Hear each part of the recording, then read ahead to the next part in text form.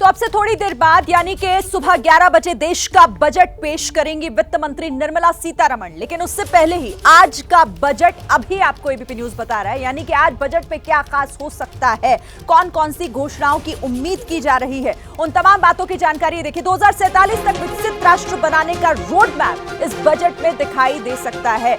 Infrastructure और कृषि पर खास ऐलान किया जा सकता है। बजट में इस बात का खास ख्याल रखा जा सकता है पीएम आवास योजना में फंड और बढ़ाया जा सकता है, इसमें इजाफा भी मुमकिन है। पीएम किसान सम्मान निधि की रकम में बढ़ोतरी भी संभव है, यह भी महत्वपूर्ण है। न्यू टैक्स रिजीम की बात करें तो टैक्स में 5 लाख तक कोई टैक्स नहीं, ये न्यू टैक्स रिजीम देखने को मिल सकता है बजट में, इसकी उम्मीद भी की जा रही है। और इसी के साथ स्टैंडर्ड डिडक्शन मौजूदा 50,000 से बढ़ाया जा सकता है।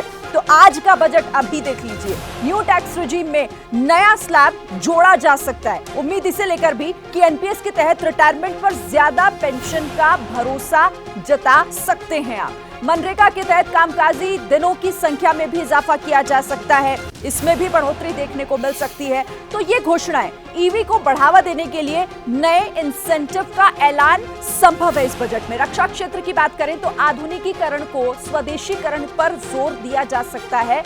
आंध्र प्रदेश, बिहार को वित्तीय मदद का ऐलान संभव है कि उन्हें वित्तीय मदद दी जाए इन राज्यों को। तो आज का बजट अभी आप देख रहे हैं, ये घोषणाएं संभव है। गिग वर्कर्स की सोशल सिक्योरिटी के लिए फंड संभव है।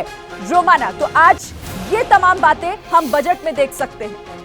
बिल्कुल, तो ये आज का बजट अभी, और कुल मिलाकर इन्हें आप कह सकते हैं कि आज के बजट से उम्मीदें ये जो अभी लोगों के मन में हैं और पल पल ये मांगे जो हैं वो बदलती भी जा रही हैं और बढ़ती भी जा रही हैं। और बढ़ती मैं इसलिए कह रही हूं क्योंकि जरा तस्वीर दिखाइए, जो आज की तस्वीर नजर आई है वित्त मंत्री निर्मला सीतारमण की।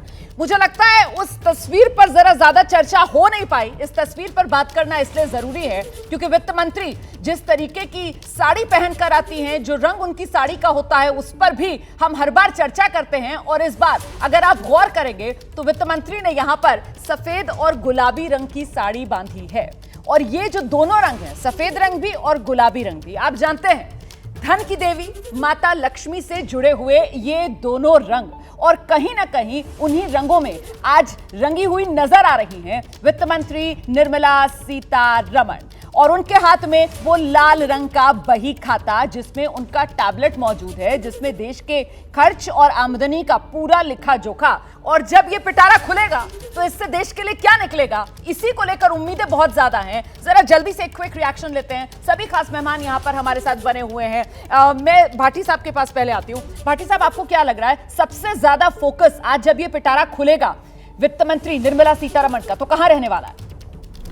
देखिए, फोकस तो सरकार का जो हमने पहले भी देखा है कि सरकार का फोकस ज़्यादातर उद्योगपतियों की तरफ ज़्यादा झुकाव रहता है। क्योंकि अगर आप किसी भी बजट को आंकलन करें तो 2 एस्पेक्ट में उसका आंकलन कर सकते हैं। एक तो सोशल एस्पेक्ट में, इकोनॉमिक, सामाजिक और आर्थिक पहलू की नज़र से देख सकते हैं। लेकिन क्योंकि अब 10 साल मोदी सरकार के हो चुके हैं और 10 साल यूपीए सरकार से एक कंपैरिजन जरूर बनता है, तो हम देखेंगे कि GDP in real term growth जो हुई वो यूपीए सरकार में ज़्यादा बेहतर हुई मोदी सरकार से। और अब अगर आपका नेट नेशनल इनकम का ग्रोथ देखें आप पर कैपिटा इनकम के हिसाब से, तो वो भी इन कॉन्स्टेंट टर्म उसमें तो भी वो लगभग यूपीए सरकार का बेहतर था। इसके साथ साथ समाजवादी पार्टी से जुड़े हुए हैं। अब ऐसा जरूर मत कीजिए ना, आप जिन 2-10 सालों को कंपेयर यहाँ पर कर रहे हैं, तो ये मोदी सरकार के 10 साल में आपको कहीं ना कहीं ऐसे सदियों में आई महामारी कोविड को भी गिनना पड़ेगा। आपको नहीं, मैंने महामारी की बात की, मैंने महामारी की बात की। और साथ ही आपको कहीं ना कहीं इस बात को भी समझना होगा किस तरीके से वैश्विक चुनौतियां, दुनिया में जो जंग छिड़ी हुई है। लेकिन सवाल ये, आपने रिसेशन की बात की, आपने रिसेशन की बात कर देता हूं। हाँ, जल्दी से सर, जल्दी से मुझे लास्ट ईयर की बात कर देता हूं। अगर आप इतना सारा विकास हो रहा है तो नेट एफडीआई पिछले साल ही लगभग 62% की उसमें गिरावट आई है। और आपके उसी तरह से आप आंकड़े देखें कि सब्सिडी हमने पिछली सरकारों में सब्सिडी 2014 में जो 16% थी लगभग बजट की, वो 9% मतलब आपको कुछ भी गुलाबी नहीं नजर आ रहा है ना? तो सोशल एस्पेक्ट में राजीव जी के पास चलते हैं। तो राजीव जी, मेरा सवाल ये है सर कि यहाँ से फोकस कहाँ पर होगा सरकार का? चुनौतियां हम सबके सामने है, विपक्ष मुखर हो चुका है क्योंकि नंबर्स ने विपक्ष को ताकत दे दी है और वो जोर जोर से अब बोल रहा है। तो ऐसे में इन बदले हुए हालात में इस सरकार का मोदी 3.0 का ये पहला बजट, फोकस कहाँ होगा? देखिए, फोकस या तो विकास पे होगा या फिर लोक लुभावनी योजनाओं पे होगा। दोनों में से क्या होगा इसकी भविष्यवाणी करना इसमें मुश्किल है। समन्वय नहीं हो सकता है? हो सकता है, दोनों के बीच में एक बैलेंस बनाने की भी ज़रूरत हो सकती है। तो दोनों में से मोदी सरकार किस तरफ ज़्यादा झुकाव अपना दिखाएगी, ये अपने आप में दिलचस्प पहलू रहेगा। और अभी भाटी साहब जो बात कह रहे थे उसको सार संक्षेप में बिल्कुल एग्जैक्ट आंकड़ा मत समझिए। यूपीए सरकार 8% से 4% और जो पिछले 10 साल बीते हैं उसमें 4% से 8%, ये जीडीपी का सारांश है।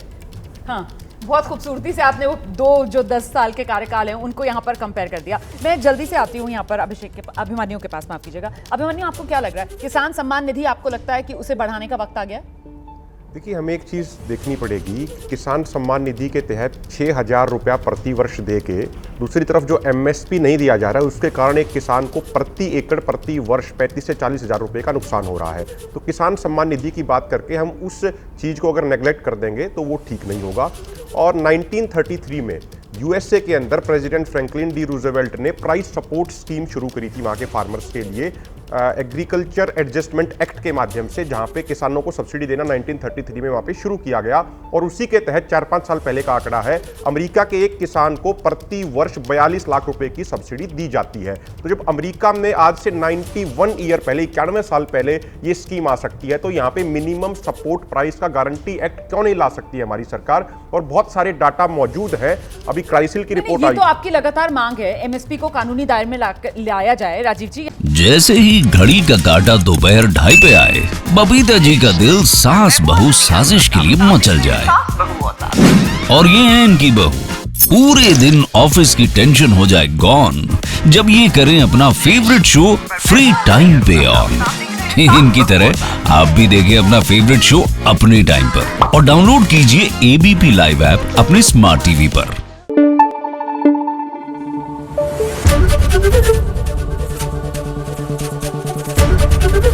एबीपी न्यूज आपको रखे आगे।